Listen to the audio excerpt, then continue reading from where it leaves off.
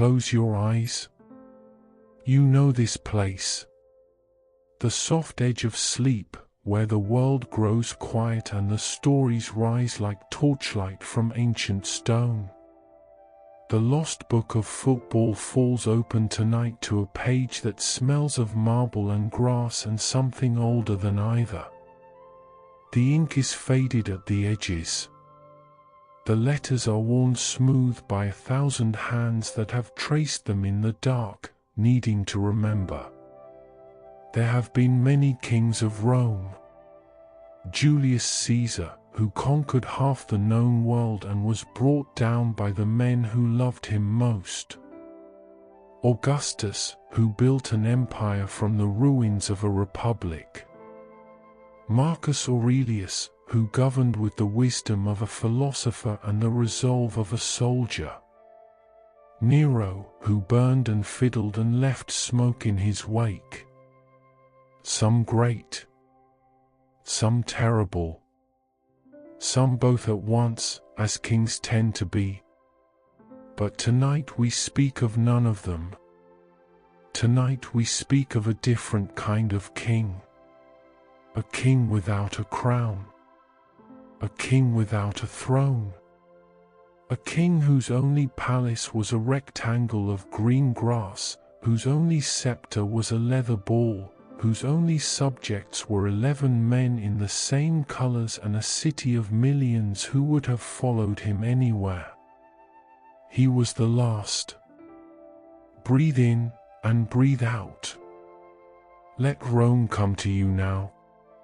Let the city rise around you in the dark, its ancient stones, its impossible history, its streets that have seen everything and forgotten nothing. He was born on the 27th of September, 1976. In Rome. Of course in Rome. It could not have been anywhere else. The city claimed him before he took his first breath, the way Rome has always claimed its greatest sons, not by asking, but by simply being what it is. Eternal. Inevitable. The kind of place that shapes a person the way water shapes stone, slowly and completely and without mercy. He did not come from gold. This is important. This is perhaps the most important thing about him, the thing that made everything else possible. He did not arrive into the world with silver and comfort and the certainty that his path was already cleared. He came from the ordinary Rome, the Rome of neighborhoods and staircases and kitchens that smelled of Sunday lunch, the Rome that is not in the travel books but is in the blood of everyone who has ever truly belonged to the city. From the very beginning, he had to earn everything. And from the very beginning, he was willing to. He was a boy who loved the ball the way certain children love certain things, completely, instinctively, without being able to explain why. The ball came to him the way language comes to some people, the way music comes to others. It was simply his. The most natural extension of who he was. But more than the ball, he loved the colors. There is a legion in Rome. A football legion, the kind that Rome has always had, ancient, passionate, complicated, fiercely devoted to its own identity. Its colors are gold and red. The gold of the Roman sun. The red of Roman blood. He had loved those colors since before he could remember. They were his first religion. His first loyalty. His first and his last. Let your breathing slow now. Feel the weight of a city behind a child. The gold and red of torchlight on ancient stone. With 13 years on his back and a lifetime of longing in his chest, he arrived. not at a palace, at a training ground. The kind of place that smells of mud and effort and the particular hope of boys who believe they are becoming something. He arrived at the only place he had ever wanted to be, the Academy of the Roman Legion, the place where the next generation of warriors was forged. He was 13. He was small for his age. He was not the tallest, not the strongest, not the most physically imposing boy in that training ground. Anyone watching that first day might have looked elsewhere for the future of the Legion. They would have been wrong. Because what he had could not be measured by height or weight or the width of his shoulders. What he had lived in his feet, in his eyes, in the space between his thoughts and his actions, a space so small it was almost not there. He saw the game before it happened. He understood, without being taught, what the ball wanted, where it needed to go, what would happen next if he did this or that or the other thing. This is the gift that cannot be coached. It can be refined, sharpened, given room to grow. But it must arrive already present, already burning, already sure of itself. His did. 3 years passed.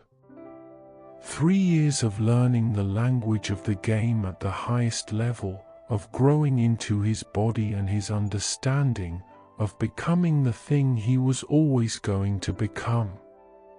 And then they called him to the great battles. 16 years old. 16 years old, and already the Roman legion needed him. Not as a prospect, not as a future soldier, as a present one. As a warrior who could stand on the field and change what happened there. He did not hesitate. He never hesitated. That was also part of who he was. Settle deeper into rest now. Feel the confidence of absolute belonging. The feeling of someone who has found, at 16, the exact place they were made for. Now, let us speak of how he fought. Because this matters. This is the thing that separated him from the merely great and placed him in the company of the eternal. He was not a warrior of force. This must be understood. He did not win his battles with power. He did not run faster than the others, or jump higher, or impose himself physically on those who opposed him. Other warriors did those things. Other warriors built their reputations on speed and strength and the brute, beautiful imposition of physical superiority. He built his on something else entirely. He built it on elegance. On the touch so precise that it seemed impossible. On the pass that arrived exactly where it needed to arrive, at exactly the moment it needed to arrive, with exactly the weight it needed to carry. On the vision that saw 3 moves ahead and acted on the first while the second and third were still forming in his mind. The historians of the game, those who watched and remembered and tried to put into words what was essentially wordless, they said that he could win a battle with a brushstroke. A single touch of such quality, such accuracy, such perfect understanding of what was needed, that the entire contest shifted on the weight of it. His opponents would brace for force and receive instead a whisper that went straight through them. And somehow, against all apparent logic, against the calculations of those who measured such things in speed and distance and statistical likelihood, somehow his legion rose. somehow they climbed. Somehow, with this elegant, understated, brushstroke warrior at their center, they reached the heights that the more powerful legions occupied. Because he made them better than they should have been. That is what a true captain does. That is the only thing that matters. And that's how he earned his name. In the Eternal City, they called him Il Capitano. Let that image rest in your mind. A single brushstroke that changes everything. The whisper that goes straight through. But even Il Capitano could not do everything alone. He knew this. The great ones always know this. The ego that insists on individual glory, that resents the necessity of allies, that ego is a weakness, not a strength. Il Capitano had no such ego. He had something rarer and more powerful, the ability to recognize, without jealousy or qualification, the greatness in another. And so he went looking. He knew what his legion lacked. For all his elegant mastery, for all the brushstrokes and the whispers and the vision that saw 3 moves ahead, they needed someone who could impose. Someone who could stand at the point of the spear and be immovable. Someone the opposition could not simply choose to ignore. He found him in Florence. A warrior born in the south, from a vast country on the other side of the ocean, from a place of passion and football blood and a pride so fierce it sometimes burned its own carriers. He ruled in the capital of Italy's Tuscany region, where they called him Il Re Leone, the Lion King. Because when he arrived in Florence, that is what he was, a lion, present and undeniable, demanding the attention of everyone in his vicinity whether they wanted to give it or not. Il Re Leone came to Rome. He took up the same shield, wore the same gold and red, learned the language of Il Capitano's game. And together they were something the Italian peninsula had rarely seen. The elegance and the power. The brushstroke and the hammer. The captain who saw everything and the lion who could reach anything. 2 different kinds of greatness, perfectly complementary, forming something greater than either could have been alone. The battles they fought together became the stuff of legend. The Roman legion, led by their captain who whispered and their lion who roared, climbed to the summit of Italian football. They defeated every rival. They conquered every battlefield the peninsula had to offer. Their followers went mad with joy. Their enemies paid tribute, because there was nothing else to do. Il Capitano was becoming what Rome had always known he would become. Its king. The 8th king of Rome. There is a war that happens every 4 years among all the warriors of the world. Every 4 years, the best warriors of Italy lay down their legion colors and take up a different shield, blue, the blue of the Italian sky, and go to war together against the warriors of every other nation on earth. The year was 2006. Germany hosted the war. In stadiums that hummed with northern efficiency and southern passion, the armies of the world gathered to determine who was greatest. Who deserved to stand, at the end of all the battles, with the golden prize raised above their heads. Il Capitano was called. Of course he was called. He was what he was, the most beloved warrior in all of Rome, a man whose reputation had spread far beyond the eternal city. They needed him. Italy needed what he was. He went, and he brought with him everything he had always been: the elegance, the vision, the brushstroke quality that could change a battle in an instant. He was not the youngest warrior in that Italian army, but he was Il Capitano, and that meant something that no statistic could capture. Italy fought through Germany like a force of nature, battle after battle, against the finest armies in the world. Il Capitano left his mark on each contest, a touch here, a pass there, a moment of such precise beauty that even those who opposed him stopped, briefly, to acknowledge what they had seen. And at the end of all the battles, Italy stood highest. The golden prize was theirs. The whole of Italy, not just Rome, not just the Roman legion, but every city and every region and every family that had ever loved the game, celebrated together. For one night, there was only blue. Only Italy. Only the joy of having done the impossible thing. Il Capitano had helped give his country the world. Let that feeling wash over you now.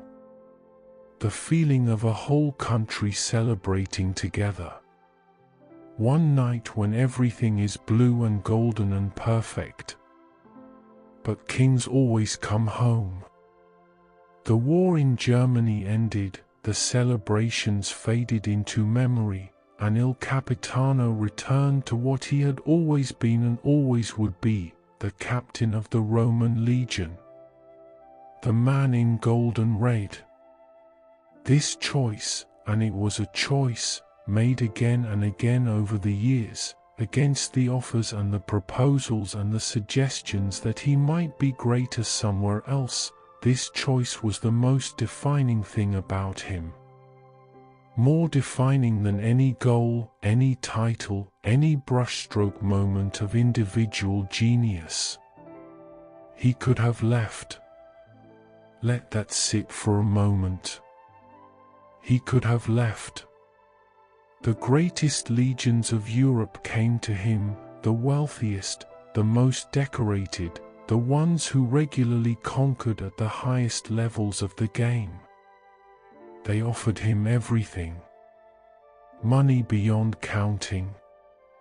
Glory beyond what Rome could provide. He said no. Every time, he said no. Because Il Capitano did not want everything. He wanted one thing. He wanted Rome. He wanted the gold and red and the eternal city and the legion that had been his since before he was old enough to understand what loyalty meant. So he stayed. And the Roman legion, without Re Leone, who eventually departed for his own country's twilight, continued to fight. Not always at the summit. Not always with the resources of the great European powers. But always with dignity. Always with effort. Always with the captain at their center. They won other things. Other treasures. Other lesser trophies that still gave the Roman faithful reason to celebrate. And Il Capitano was there for all of it. Every single battle. Every single season. Every single year. Time is the one opponent no warrior can defeat. Il Capitano knew this. He had always known it, in the abstract way that young people know things that have not yet become real to them. But as the years accumulated, 5, 10, 15, 20 years at the summit of the game, wearing the same colors, serving the same city, the knowledge became something more than abstract. He felt it in the mornings, in the way the body took longer to wake than it once had, in the small protestations of joints and muscles that had carried him through 10,000 training sessions and 500 battles and more than 2 decades of the most demanding physical contest that human beings have devised. He fought the years the way he had fought everything else, elegantly, stubbornly, without surrender. He adapted. The pure speed that he had never possessed in great abundance mattered less now. What mattered was the positioning, the intelligence, the reading of the game that only deepened with time. The body changed but the mind sharpened. And the Roman faithful watched with something that went beyond admiration. They watched with reverence. There is a specific reverence that an aging champion inspires in those who love them, something more complex and more tender than the admiration given to the young and blazing. It contains gratitude. It contains a kind of grief, because it acknowledges that what is happening cannot last much longer. It contains the particular love that comes from watching someone refuse, with every ounce of their being, to stop being what they are. The Roman faithful gave Il Capitano this reverence in full measure. They roared for him when he touched the ball as they had roared for 20 years. They called his name from the terraces of the Olimpico, that vast oval of noise and passion in the heart of the eternal city, with the same ferocity and the same love that they had always used. He was still their captain. He was still their king. But even kings have their last battle. Let your breathing soften now. Feel the particular tenderness of watching something beautiful approach its end. The love that knows it is running out of time. 25 years. Stop for a moment and feel the weight of that number. 25 years with the same shield. 25 years in the same colors. 25 years as the heart and the face and the soul of the same Roman legion. In a world where warriors move constantly, where loyalty is measured in months and the highest bidder always wins, 25 years is not just unusual. It is almost incomprehensible. It is a statement so extreme in its commitment that it stops being a choice and becomes something more like a vow. A sacred thing. The kind of thing that gets written down and remembered. He gave those 25 years completely. Not just his talent, though his talent was immense. Not just his brilliance, though his brilliance was the kind that decorated the memories of everyone who saw it. He gave his time, his health, his body, which bore the marks of 25 years of football battle the way ancient stone bears the marks of the weather, shaped by what it had endured, different from what it had been, but not diminished. He gave his love. That is the word that kept appearing when those who knew him spoke about what he had done and why he had done it. Love. Not duty. Not obligation. Not the cold calculation of legacy and reputation. Love. The irrational, inarguable, non-negotiable love of a man for his city and his colors and his people. He taught the younger warriors everything he knew. He stood beside them in the battles and showed them, by example more than instruction, what it meant to be Roman. what it meant to wear the gold and red with pride and with commitment and with the understanding that the Legion was bigger than any individual, even the greatest individual who had ever served it. He gave them his knowledge. He gave them his example. He gave them 25 years of himself. And he knew, as the 25th year drew toward its close, that the giving was almost done. The day came, as all days come, eventually, with terrible quietness, with the specific irreversibility of things that cannot be undone once they have happened. The last battle. The Olimpico was full. Of course it was full. It was always full when Il Capitano played, but this time the fullness was different. This time the 80,000 souls who packed that ancient oval knew something that made the ordinary roar of the crowd into something else entirely. Something rawer. Something that bordered on grief even as it bordered on celebration. They were watching the end. He walked onto the grass one final time in the golden red. The grass of the Olimpico, which had held his footsteps for so many years that it seemed to know his weight. The grass that had seen his first steps as a 16-year-old and would now see his last as a 40-year-old man who had become, across those 24 years, something that Rome had not seen before and would not see again. The battle was played. And when it was over, when the final whistle sounded and the noise of the Olimpico rose to something that was no longer cheering but weeping, no longer celebration but farewell, Il Capitano stood on the grass and looked around at his kingdom one last time.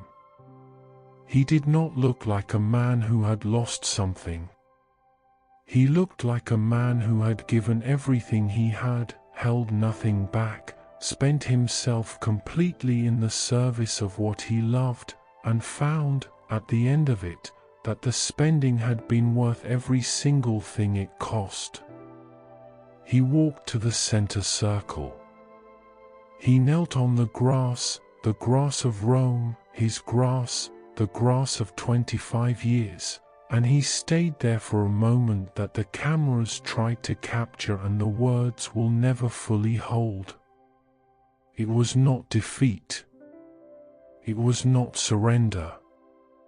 It was the gesture of a king acknowledging his kingdom one final time, of a captain honoring the field that had honored him, of a man saying goodbye to the thing he loved most in the world, in the only language that had ever truly been his. The language of the game. The language of gold and red. The language of Rome. He retired in 2017. The word feels wrong. Too small. Too administrative. Too much like something that happens in an office rather than on a field of grass in front of 80,000 people who are weeping and cheering and trying to hold on to a moment they know is slipping away even as it is happening. But that is the word. He retired. And Rome went quiet in a way it rarely goes quiet, not the silence of emptiness, but the silence of something full. Full of memory, full of gratitude, full of the complicated, beautiful feeling of having witnessed something that you understand, even as it is ending, you will spend the rest of your life being grateful for. His enemies loved him. This is the detail that matters most. Not his allies, not his followers, not the Roman faithful who had cheered his name for 25 years, of course they loved him. But his enemies loved him too. The warriors of the rival legions, the men who had spent their careers trying to stop him and failing and trying again, they loved him. They paid tribute in the language of competitors who have been beaten by someone worthy of beating them. The warriors of the world loved him. Because what Il Capitano had done was not just win battles. What he had done was something rarer and more difficult and more permanent than any of that. He had been loyal.